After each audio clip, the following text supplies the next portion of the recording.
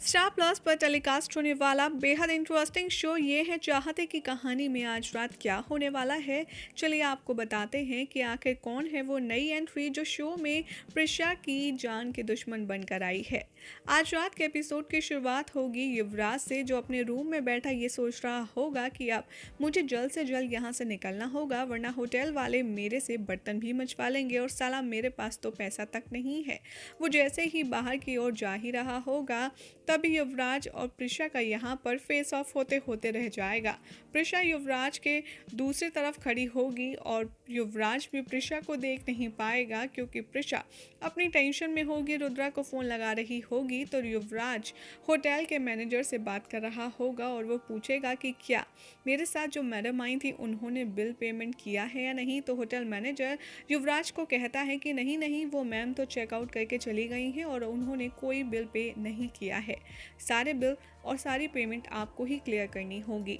युवराज यहाँ पर बुरी तरह फंस जाता है, क्योंकि बेचारे के पास तो खाने तक के पैसे नहीं हैं। वैसे में होटल का बिल भला वो कैसे पे करेगा, और ये बात सोचकर युवराज बहुत ही ज़्यादा पागल सा हो जाता है।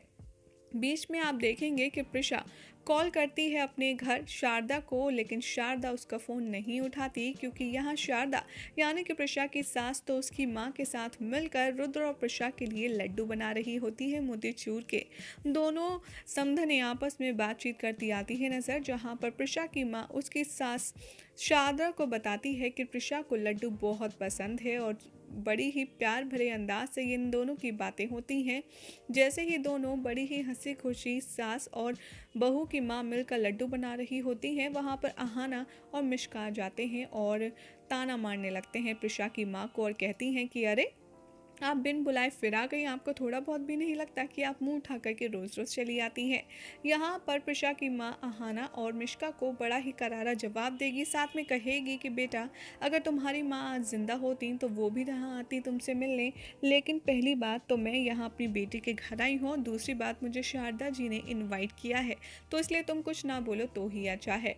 दूसरी ओर आप देखेंगे कि प्रिशा रुद्राक्ष को ढूंढने की बहुत ज़्यादा कोशिश करेगी, और उसके बाद वो अपनी माँ के फ़ोन पर फ़ोन लगाएगी। दोनों के हाथ खराब होंगे, इसीलिए शारदा कहती है अहाना से कि बेटा तुम फ़ोन स्पीकर पर डालो, देखते हैं प्रिशा क्या कहना चाहती है। प्रिशा जैसे ही बात करेगी वो कहेगी माँ रुद्राक्ष। इतना ही कहकर शारदा उसे बीच में रोकती है और कहती है हाँ हाँ, मेरा रुद्राक्ष तुम्हें परेशान कर रहा है, चलो उसे फ़ोन दो, मैं उसकी अकल ठिकाने लगाती हूँ। प्रिशा कहती है नहीं माँ, आप मेरी बात सुनिए, रुद्राक्ष मुझे।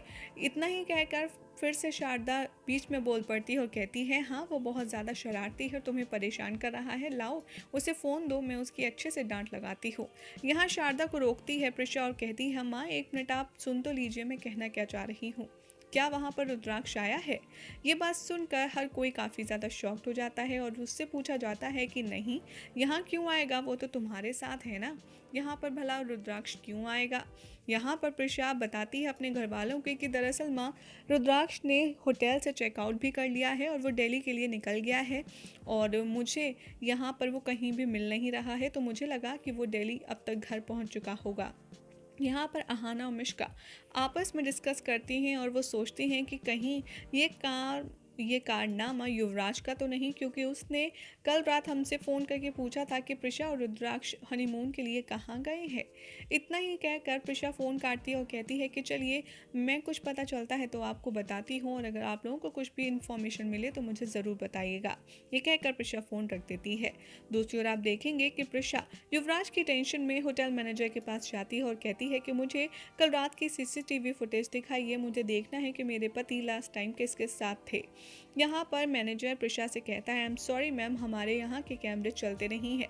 प्रिशा को ये बात सुनकर बहुत गुस्सा आता है और वो कहती है कि क्या ये होटल है या क्या है, अगर मैं पुलिस में आपकी कंप्लेन कर दूँ तो आप जानते हैं आपके होटल का क्या होगा।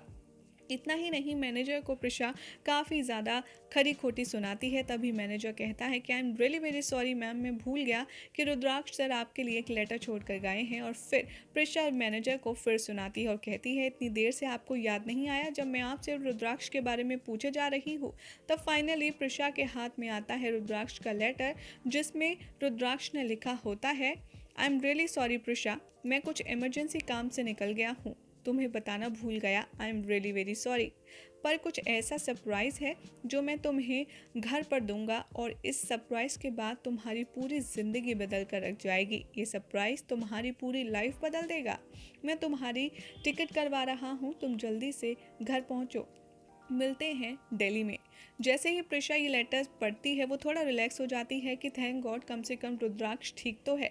लेकिन वो सोच में पड़ जाती है कि आखिर ऐसा क्या सरप्राइज़ रुद्रा ने प्लान किया है जिससे मेरी पूरी ज़िंदगी बदल जाएगी। लेकिन फ़िलहाल तो मैं यहाँ से चेकआउट करती हूँ क्योंकि दिल्ली पहुँचने पर ही मुझे मेरे सरप्राइज़ के बारे में पता चलेगा।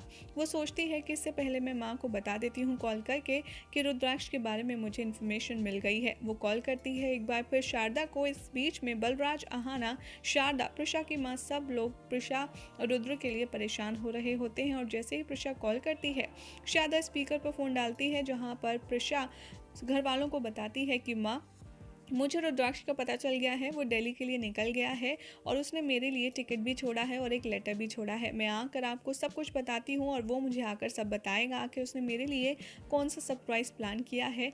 लेकिन आप लोग टेंशन मत लीजिए। इसी बीच सर्वेंट आती है और वो घर वालों को इन्फॉर्मेशन देती है कि रुद्राक्ष सर बाहर आ चुके हैं। ये बात प्रिशा फ़ोन पर सुनती है और कहती है, माँ चलिए मैं भी यहाँ से निकलती हूँ, आप लोग प्लीज़ रुद्राक्ष को मेरे लिए वजह से ज़्यादा डांटिएगा मत और सिर्फ उससे बात कीजिए। और ये बात कहकर के शारदा कहती है कि हाँ ठीक है, मैं ज़्यादा नहीं डांटूंगी, लेकिन मैं तुम्हें उसे छोड़ के आने के लिए अच्छे से क्लास तो ज़रूर लगाऊंगी। जैसे ही घर वाले बाहर पहुंचते हैं, सबसे पहले मिश्का रुद्र को गले लगाती है और कहती है, थैंक गॉड रुद्राक्ष तुम ठीक हो, वरना हम तो घबरा ही गए थे। यहाँ पर रुद्राक्ष से एक एक करके सब मिलते हैं और उससे पूछते हैं कि आखिर तुमने ऐसा क्यों किया कि प्रिशा को वहाँ अकेले छोड़कर आ गया, आखिर तुमने ऐसा क्यों किया, हमें रीज़न बताओ। यहाँ पर रुद्राक्ष कुछ नहीं बोलता और कहता है, मैं आप सबको क्या बताऊँ, मुझे नहीं पता कि ये सब कुछ कैसे, क्यों और कब हुआ, टाइम ही नहीं मिला, मैं कैसे एक्सप्लेन करूँ, को समझ नहीं आ रहा। घर वाले पूछते हैं कि आखिर तुमने प्रिशा को अकेला छोड़ा क्यों। इसी बीच प्रिशा की माँ जाती है, वो रुद्राक्ष से यही सवाल पूछती हैं और रुद्राक्ष तब फिंगर पॉइंट करता है दरवाजे की तरफ जहाँ से एक लड़की की एंट्री होती है स्लो मोशन में और हर कोई उसे देखकर काफ़ी ज़्यादा शॉक्ड रह जाते हैं। लेकिन सबसे ज़्यादा अगर कोई शॉक्ड होता है इस नई एंट्री के आने से तो वो है प्रिशा की माँ, जिनकी आंखें देखकर फटी की फटी रह जाती है। अब ऐसे में देखना होगा काफ़ी इंटरेस्टिंग कि आखिर कौन है वो नई एंट्री जिसे देखकर प्रिशा की माँ का ये हाल हो गया है। दूसरी ओर आप देखेंगे कि एयरपोर्ट पर प्रिशा को युवराज मिल जाता है और इन दोनों के बीच में बहस होती है, जहां पर प्रिशा युवराज से कहती है कि तुम मेरा पीछा कर रहे हो, जो ऊटी आ गए तो रुद्राक्ष के लिए जहर उगलते हुए युवराज कहता है कि क्यों, ऊटी क्या तुम्हारे उस नल्ले पति खुराना का है जो वो सिर्फ यहाँ आ सकता है और कोई नहीं। मेरा मन कर रहा था दिल्ली के बाहर कुछ अच्छी फ्रेश एयर लेने का, इसलिए मैं यहाँ आ गया। बाय द वे मैं तो एयरपोर्ट पर पहले से ही हूँ, तुम बाद में आई हो, तो क्या तुम मेरा पीछा कर रही हो। ऐसे ही तो मैं होगी। और दूसरी ओर प्रिशा के घर पर हुई है एक अनजान शख्स की एंट्री जिसे देखकर उसकी माँ काफ़ी ज़्यादा सन्न है। अब ऐसे में शो की एंडिंग हो जाती है। अब उसके बाद क्या होगा इस शो की कहानी में, ये देखना होगा बेहद इंटरेस्टिंग।